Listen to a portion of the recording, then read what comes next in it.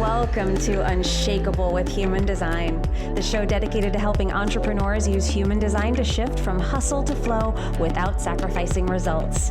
Come here to become an unshakable human and build an unshakable business according to your human design. I'm your host, Nicole. Hello, and welcome to Unshakeable with Human Design, everybody. I'm your host, Nicole. We haven't done an episode on the centers in a really long time, so I decided that maybe we were due for one. I know that they're really popular with our audience, and they are certainly one of the core building blocks of the Human Design Blueprint, which gives you an energetic blueprint of who you are. Now, we all want to know how our human design works together. Like, how do we put all of this together? And I actually spoke about that in my last episode, episode 224, which was Where Do I Start with Human Design, I believe is the title of that episode, the official title. And I talk about the 3 core pillars of human design. So if you didn't listen to that one, that's a really good one to listen to. But then there's 9 centers in the body graph, because what I talk about in the other one are type, authority, and profile, which are the 3 core pillars. If those aren't working well, then you're going to find that you feel a bit lost and probably a bit confused about human design.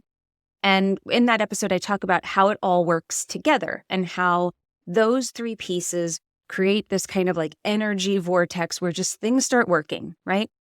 But then how do we differentiate further? Because my type is a manifesting generator, my authority is emotional, and my profile is a 5-1. There are other 5-1 emotional manifesting generators out there. There are lots of them, but I'm very different from them. And this is where the centers start to play a really big role. What do you have defined or undefined in your chart? So the centers are a really key aspect to understanding how you are different, how you stand out in your marketplace, how people are attracted to you, what energy you put out. So what are the specific themes that you're transmitting? These are all found in the centers. There are 9 centers in the body graph, and they each have an energetic theme. And whether you have them defined or undefined tells you the relationship that you have to that theme. How does it show up for you? How are you receiving it? How are you putting it out there? So we're going to dive into the solar plexus today, which is the center of emotions. Part of that is because it's December and we're closing out the year. I think it's an emotional time of year for so many reasons. 2023 was kind of a crazy year. A lot happened, a lot shifted and changed. I think there's a lot of uncertainty out there. And particularly if you are in the entrepreneurial space, you're in the coaching industry or in the service industry, where maybe you've seen a shift in buyer behavior. Maybe you've seen a shift in just overall how this industry feels or how your business is behaving. It's not like it used to be. And that can cause a certain amount of anxiety, which is certainly a theme that resonates with this center. Now, it's also the focus of our Human Design Lab for December. So my membership community, we do a deep dive into one particular aspect of human design each month. And this month it is the Solar Plexus Center. I chose it for that because December is also obviously holidays. And so we have all this year-end stuff going on. We have the promise of a new year, which maybe is making you excited or maybe making you scared or maybe you're a little anxious about it. And then we have the holidays where we're going to be spending a lot of time with the people that we love. That also can be very emotional, good, and sometimes challenging. So I thought that this was an appropriate month to dive into the emotional center because the solar plexus is the center of emotions. It is how we understand what our relationship is to emotions. So I wanted to highlight that here. And what we're going to run through in this episode, I'm going to talk about the defined, I'm going to talk about the undefined, I'm going to talk about the differences of them. I'm going to let you know what the low frequency of the emotional center is when you are out of alignment with it or when it's not functioning at its highest expression, what that can look like in your life. And then I'm also going to go through why this one I believe is the most important to decondition. And this is the one when people decondition this center, I see the biggest change in their lives. And this was my own experience as well. This was my biggest breakthrough, was deconditioning this center and learning how to operate correctly within it. So let's dive in. Actually, before we start, I do want to call out, if you are interested in the Human Design Lab, this is what we go through. You want to jump in with us for December and you want to go through this all with us in a deep dive, then you can go to nicolelano.com/lab, or you could DM me lab on Instagram. I'm at Nicole Lano Official, and we'll send you the link for that. You can jump in with us and be part of our membership community, where you get to be part of everything that we're doing about exploring your human design month after month after month. Okay, so let's dive in. So let's talk about the defined emotional center first. We're talking about emotions. The solar plexus, I actually refer to it as the emotional center because that's what it does. It is a motor and it is an awareness center. It is both feeling and it is also a motor. It has power. It has energy that moves. If you have the solar plexus directly connected to your throat and you do not have a sacral center defined, then you are a manifester.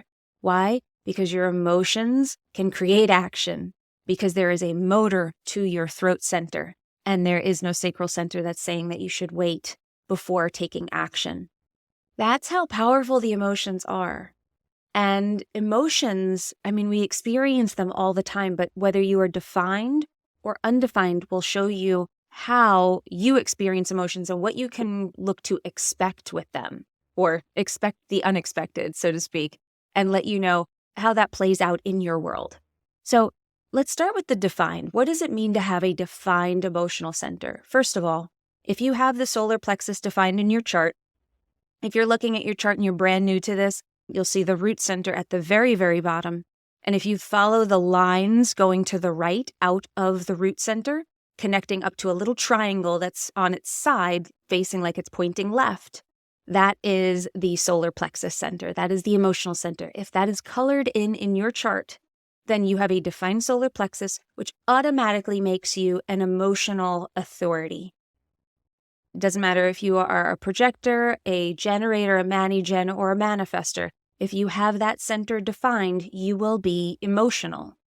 Now, what does that mean? We have done deep dives into emotional authority on this show several times. We've done readings on people who are emotional, but specifically there's episode 85, episode 104, and episode 187 all go into just emotional authority. So if you are an emotional authority, I recommend you go back to those. Some of them go back pretty far, but we've been talking about this for a while. It's also a huge part of my journey because I myself am an emotional authority. So you can go and listen to those because I'm only going to touch on some of these topics here right now.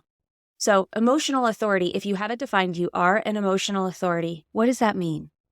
It means that your wisest voice is your emotions, that you feel into everything, that every decision is something you need to feel. You can't just know. You can't feel into anything instantly.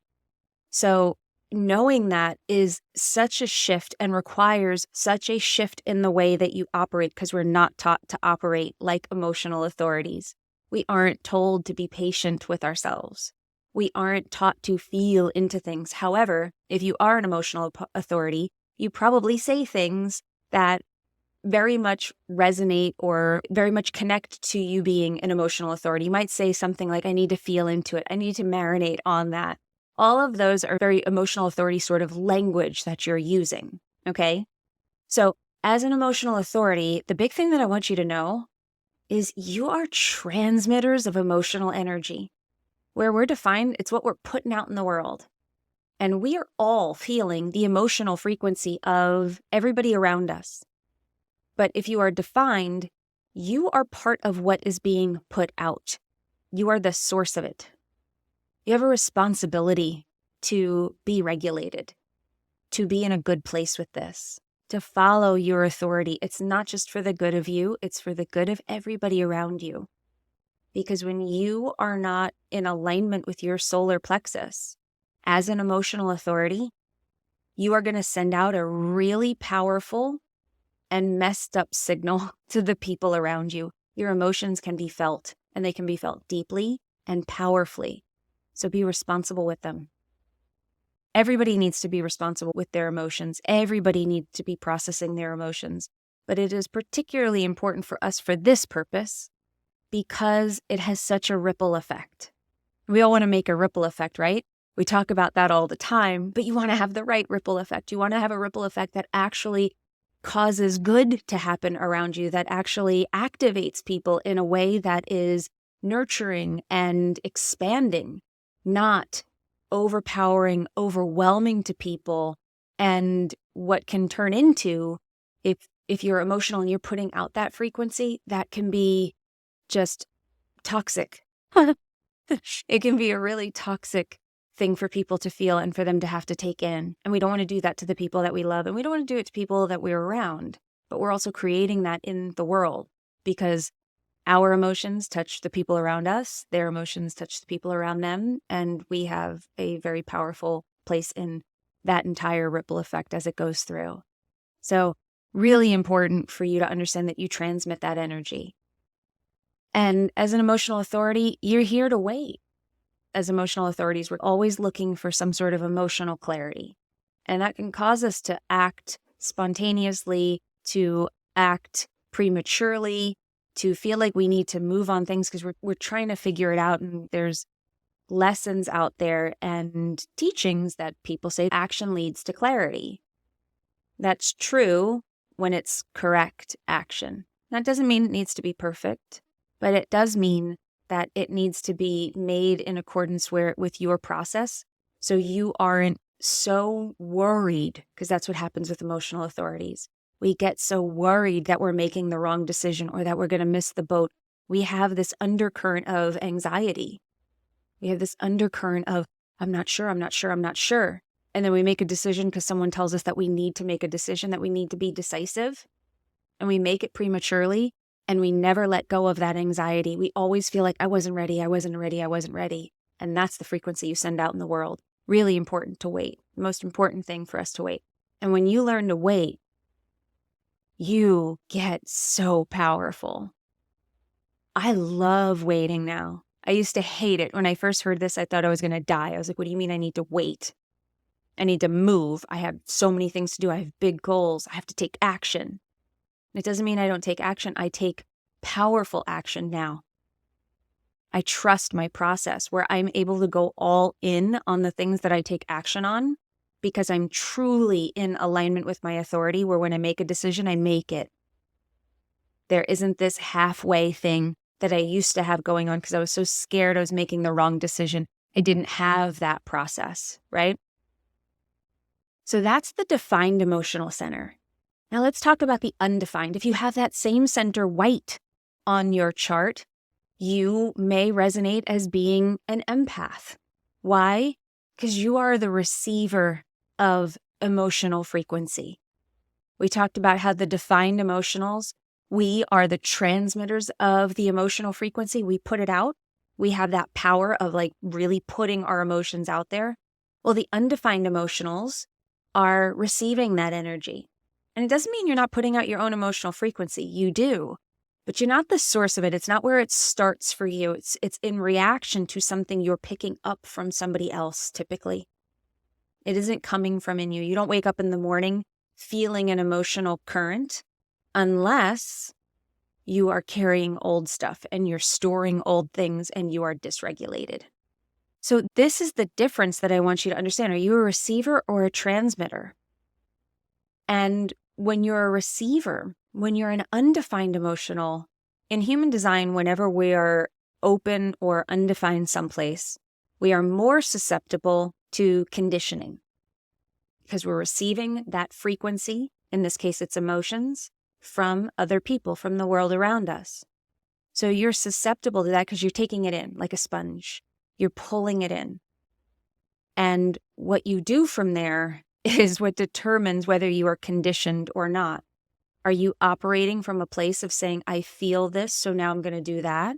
Or are you operating from a place of saying, that's not mine, I don't accept that, I'm following my own wisdom and my own inner authority? This concept is something that I hope every single person who listens to the show gets really comfortable with, because that's what conditioning is. Are you operating based on your own truth? Are you operating in accordance to what you're like, I know is right, what feels right, what my intuition is telling me to do? Or are you not operating? Are you not taking action? Or are you taking action to avoid something to avoid the discomfort of what you're feeling from other people. This can sometimes take a little while to sink in as a concept, but when you start to understand it and you start to feel it, light bulbs go off and you start to really see your behavior. You really come off autopilot, as I call it, because conditioning is autopilot. You're not even consciously aware. I feel that emotional current and I want to get away from that, because that's with unemotional people. The not self theme is what we call the conditioning thought process. So if you're conditioned, what the not self will tell you is avoid emotions. The not self of the open emotional center is avoiding confrontation and truth, avoiding emotions, avoiding emotional situations and experiences. That might be uncomfortable. I'm not going to go there. That might be a tough conversation. I'm not going to have that. So something feels right. I should do this. I know that feels right. I'm being pulled in that direction. My intuition is telling me to do this. Yeah, but I might have to have that conversation, or someone might not like what I post, or someone might not like what I say, or I might have to have a really difficult conversation there. They might come back at me with something that I don't like. Even if standing up for myself is the right thing to do, even if telling them the truth is difficult, they might not like me anymore. That might cause them to feel bad, and then I'll feel bad. This is how we avoid what we know is right, because there's a part of us that says that might be uncomfortable. That's what the open emotional center does. And it doesn't mean that people who are emotionally defined don't avoid emotions. I'm not saying that. But the undefined are always more susceptible to avoiding something. They are always more susceptible to the not self theme of whatever it is for that center. And for the solar plexus, it's avoiding confrontation and truth. I don't want to deal with that because it might get hairy. This might get ugly. And I don't like confrontation. So I'll just not say what I want to say or not do what I want to do. I'm just going to stay put. This happens in relationships a lot. I don't want to talk to my spouse about the problems that we're having or the way that I'm feeling because I don't want to hurt him. That might be difficult. What if he gets mad? Or she? You see what I mean? That's the not self theme at play. And this is why I believe that this is the most important center to decondition. Now, in traditional human design, they give a hierarchy for this. What are the most conditioned centers? What's the most important to decondition? And the ego sits at the top. And I understand why. The ego is very powerful, and it is that need to prove ourselves. And we live in a world where achieving is put on such a pedestal. It is so important. Our worth is held up against how much we've achieved or have not achieved. How much do we earn versus we don't earn? It's a lot. I know that it's out there, but this one, to me, it's the first. Because the emotions are so powerful. And when we're talking about conditioning, why is it the most conditioned center or the second most as far as statistically speaking? I don't know if they can really even prove that, but traditional human design says it's the second most important to decondition and the most conditioned. Why is that? Because it's based on the power of the not self to be able to pull you away from what's correct for you. And for the emotional center, the most powerful thing is, I don't want to deal with that. That might be hard. That might not go well. I'm scared of what this might mean for this relationship, whether it's clients, whether it's audience, whether it is partners. So powerful.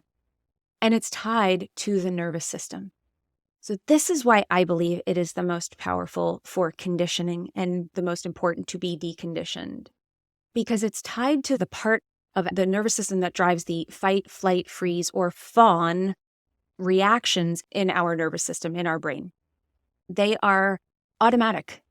We don't make choices to do that. It is a trigger response system within us that's supposed to keep us out of danger. That's supposed to keep us safe. It's our brain literally keeping us safe. The solar plexus is the center of the nervous system. So the fight, freeze, all of that is to avoid what doesn't feel safe to us. It is to avoid what is uncomfortable. So we're not even trying to do it. It's so, so powerful. It's happening under the surface.